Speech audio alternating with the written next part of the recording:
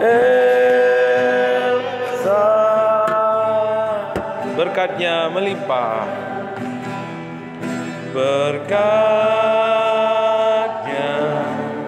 melimpah. Elsa. Selamat malam Tuhan, Allah El Shaddai, Allah yang ajaib buat setiap kami. Sebentar kami akan menaikkan doa-doa kami Tuhan. Dan sebelum itu biarlah firman-Mu meneguhkan setiap kami. Firman-Mu menjadi rema di dalam seluruh kehidupan anak-anak-Mu. Kami sambut firman-Mu dengan penuh ucapan syukur. Dalam nama Yesus kami berdoa. Amin. Ada pertanyaan ini untuk kita semua. Siapa tokoh Alkitab dari batu karang menjadi batu sandungan? Kok Tuhan Yesus? Ya, betul, Petrus ya. Nanti hadiahnya ikut retreat ya Pak. Ikut retreat ya. Ya, tokoh Alkitab yang gak asing lagi buat kita, ada yang namanya Petrus. Petrus itu pernah dikatakan Tuhan, kamu Petrus di atas batu karang ini aku akan mendirikan jemaatku. Kenapa? Karena dia menjawab dengan tepat pertanyaan Tuhan Yesus. Petrus, siapakah aku ini? Kalau kata orang, ya nabi. Kalau kata orang-orang mah guru gitu. Tapi katamu siapa? Engkaulah Mesias, anak Allah yang hidup. Maka Tuhan bilang, Yesus bilang, di atas batu karang ini aku akan mendirikan jemaatku. Amin. Puji Tuhan. Haleluya. Ini pakai wifi ya Pak? Enggak. Ini enggak. Tadi saya itu dari data, kembali ke data bisa. Oke. Ke data ya Pak? Ya. Oh udah. Oke. Apa cuma kita? Halo Bapak Ibu di rumah masih dengar? Dengar, tapi kok gelap ya? Iya, memang mati lampu. Mati lampu ya. Baik, Bapak Ibu kita lanjutkan ya. Nah, ya Petrus itu disebut Tuhan Yesus sebagai batu karalus. Tidak lama kemudian dia dapat penghargaan, dapat pengakuan dari Tuhan Yesus. Tidak lama setelah itu dia juga dapat sebagai batu sandungan ya. Kita lihat di dalam Matius 16. Bapak Ibu bisa buka Alkitabnya. Ya, saya akan bacakan di ayat yang ke 21 saja ya. Sejak waktu itu Yesus mulai menyatakan kepada murid-muridnya bahwa ia harus pergi ke Yerusalem dan menanggung banyak penderitaan dari pihak tua-tua, imam-imam kepala dan ahli-ahli Taurat, lalu dibunuh, dibangkitkan pada hari yang ketiga. Tetapi Petrus menarik Yesus ke samping dan menegur dia. Katanya, Tuhan, kiranya Allah menjauhkan hal itu sekali-kali takkan menimpa engkau. Maka Yesus berpaling dan berkata kepada Petrus, "Nyala iblis, engkau suatu batu sandungan bagiku, sebab engkau bukan memikirkan apa yang dipikirkan Allah, melainkan apa yang dipikirkan manusia." Lalu Yesus berkata kepada murid-murid, "Setiap orang yang mau mengikut aku, ia menyangkal dirinya, memikul salibnya dan mengikut aku. Karena barang siapa mau menyelamatkan nyawanya, ia akan kehilangan nyawanya. Tetapi barang siapa kehilangan nyawanya karena aku, ia akan memperolehnya." Amin, saudara. Nah, Bapak Ibu saudaraku yang dikasihi Tuhan, di sini kita melihat satu cerita yang sangat menarik ya. Sebelumnya ya, Petrus itu mendapatkan penghargaan karena jawabannya yang tepat. Tapi tidak lama sesudah itu dia juga mendapatkan satu celaan ya. Disebut sebagai batu sandungan. Nah, ini bagaimana mungkin bisa terjadi? Kenapa Bapak Ibu Saudara? Kenapa disebut Petrus itu sebagai batu sandungan? Nah, padahal kalau kita pikir-pikir ya, maksud Petrus kan baik ya. Maksud Petrus itu membela Tuhan Yesus loh. Tuhan, kiranya Allah menjauhkan hal itu. Petrus itu sayang sama Yesus. Petrus itu nggak mau Yesus kenapa-kenapa. Karena itu Tuhan bilang, karena itu Petrus bilang, sekali-kali takkan menimpa engkau. Coba gimana Pak Prengki, waktu Pak Prengki ya dengan Pak Karyadi, Pak Karyadi hati-hati ini, jangan celaka ya, jangan sakit ya, jangan menderita ya, jangan kenapa-kenapa. Lalu tiba-tiba Pak Karyadi langsung bilang, nyala iblis gitu. Gimana coba Pak? Atau pendeta bilang begitu ya sama jemaat, ya Pak Pendeta ini beginilah, begini baik-baik, nyala iblis. Ya pasti besok mungkin nggak datang lagi ke gereja ya. Karena sakit hati gitu ya. Tapi Petrus mendapatkan satu perkataan yang keras ya, nyahlah iblis. Seharusnya kalau kita manusia ya, kalau dinasehatin, diingatkan, didoakan untuk tidak celaka, didoakan untuk baik-baik, itu kita seharusnya bilang makasih ya. Bukankah seharusnya Yesus bilang sama Petrus, Pet, makasih ya Pet ya, kamu memang muridku yang peduli sama aku, kamu memang murid yang sangat perhatian sama aku gitu ya. Tapi bukannya pujian juga yang diberikan kepada Petrus, justru celaan.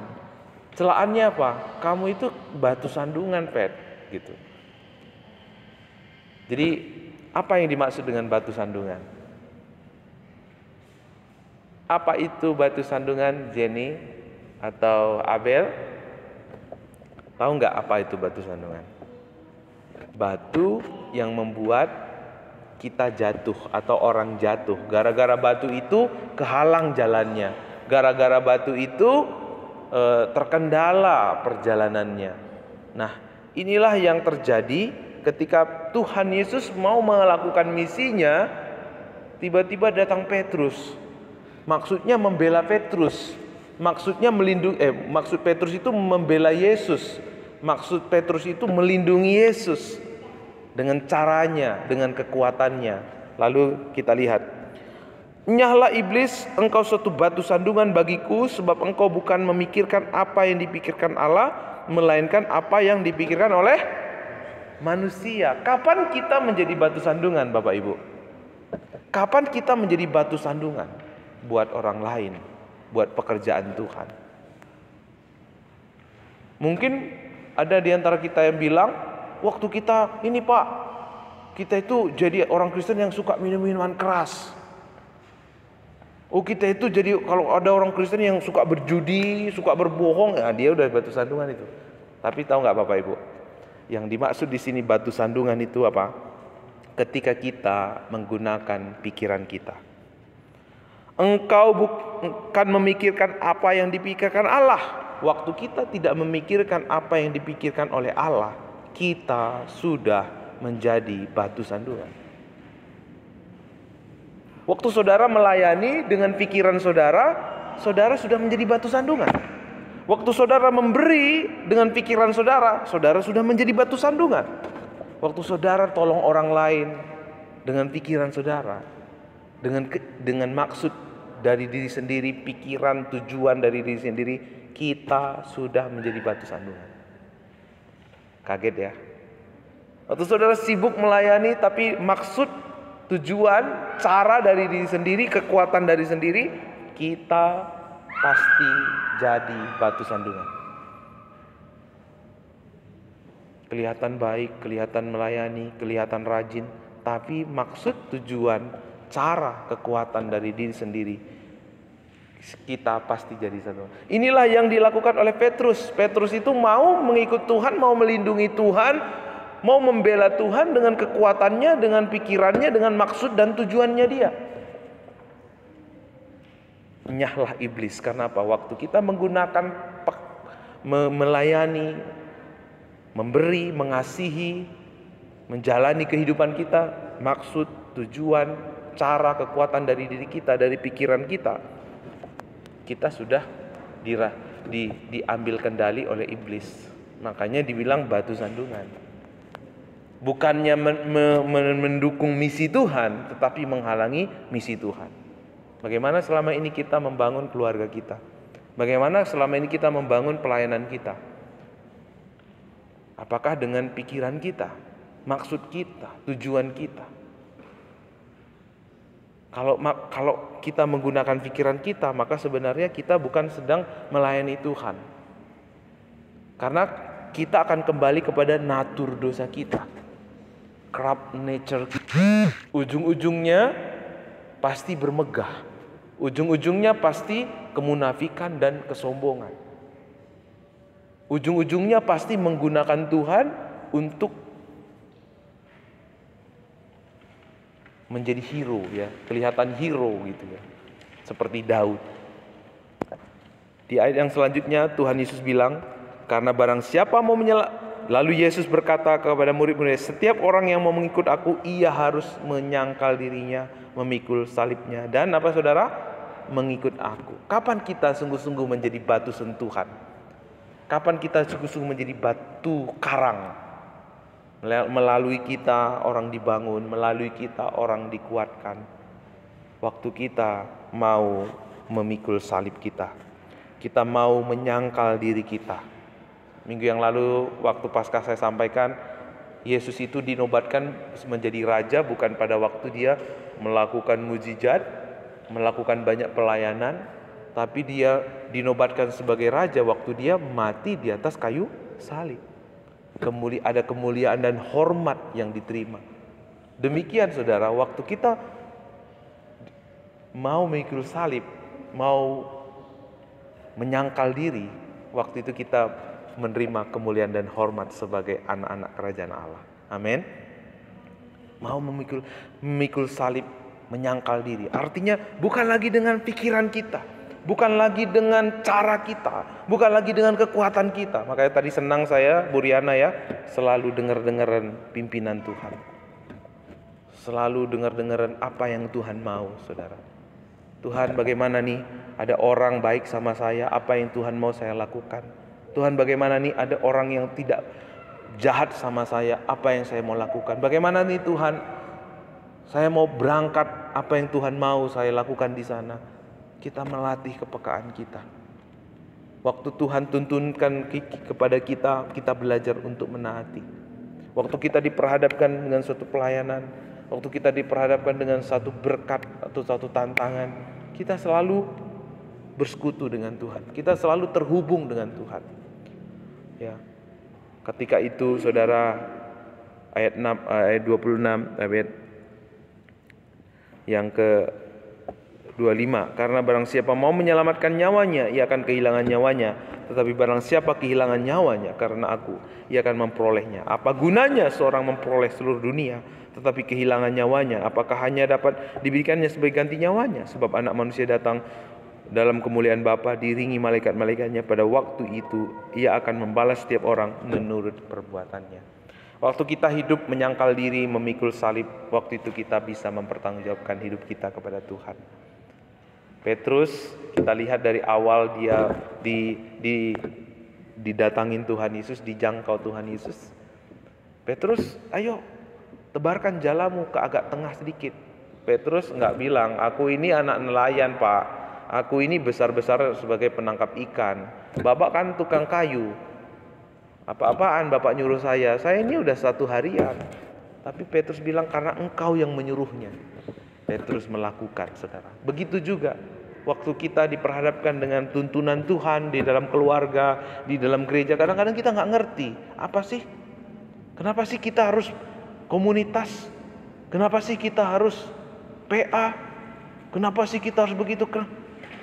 Kembali saudara, tuntunan kita bukan menurut saya, bahkan bukan menurut gembala sidang, tapi tuntunan kita adalah firman Tuhan. Apa yang Tuhan katakan, apa yang Tuhan tunjukkan, itu yang harus menjadi tuntunan kita. Bukan kepingin kita, bukan kebiasaan kita. Kalau mau melihat pekerjaan Tuhan yang lebih besar dari gereja ini, di keluarga kita, di hidup kita, pikul salib, menyangkal diri. Kalau itu mau Tuhan, tidak bertentangan dengan firman Tuhan, saya mau ikut, saya mau melakukan. Justru disitulah ada terobosan, saudara. Justru di situ kita akan melihat apa yang tidak pernah dilihat mata, tidak pernah dipikirkan oleh manusia. Tuhan sediakan bagi orang-orang yang mengasihi Dia. Amin. Saya beberapa waktu yang lalu didatangin oleh satu pasang suami istri. Kelihatannya baik sekali. nggak pernah marah, ya, rajin sekali. Ternyata mereka sedang punya masalah yang sangat berat sekali. Saya tanya, punya komunitas nggak? Nggak punya. Nggak pernah mau belajar bagaimana membangun kehidupan iman pun nggak pernah. Hanya setahun sekali pada waktu mereka mau dibaptis aja belajar firman Tuhan. Tapi setelah itu nggak pernah lagi ikut VA. Rajin ibadah, rajin saudara. Rajin bekerja, rajin saudara. Tapi mereka menangis dua-dua. Saya nggak mau jemaat Pak Baton seperti itu. Saya nggak mau melihat jemaat yang saya layani diberkati Tuhan, dipakai Tuhan, hari demi hari mengalami janji-janji Tuhan. Karena itu apa? Tuntunannya apa buat kita? Apa yang dikatakan oleh Alkitab? Saya nggak mungkin menuntun jemaat ini kalau nggak dasarnya Alkitab. Ngapain saya melayani kalau bukan dasarnya Alkitab? Bukan pelayanan namanya. Tapi kalau dari Tuhan, itu yang dari Tuhan, saya sampaikan ke jemaat. Mau nggak mau, ikut nggak ikut, yang penting saya sampaikan, saya ajak, saya motivasi, saya dorong, saya beri teladan. Nanti Tuhan sendiri yang akan berbicara. Mari kita berdoa. Tuhan, kami bersyukur apa yang Kau sampaikan malam hari ini. Biar hati kami sungguh-sungguh terbuka, biar hati kami sungguh-sungguh rela, dan kami sungguh-sungguh Bapa melihat bagaimana janji-Mu tergenapi dalam hidup kami. Kami bukannya menghalangi orang untuk datang kepada Yesus, bukannya menjadi gereja yang menghalangi misi Tuhan. Tuhan, ampuni kalau selama ini kami berpikir melayani Tuhan, tapi ternyata kami melayani dengan cara kami sendiri. Ampuni kami Tuhan. Dan mulai hari ini biarlah kami mengikut Engkau dengan motivasi, kekuatan, tujuan, cara hanya dari Tuhan saja. Seperti Petrus Tuhan, mau belajar taat, tanpa komplain, tanpa mendikte Yesus. Biar kami juga mempunyai hati yang taat seperti ini Bapa. Terima kasih Tuhan, dengar doa kami. Dalam nama Yesus kami melanjutkan acara doa kami malam ini. Dalam nama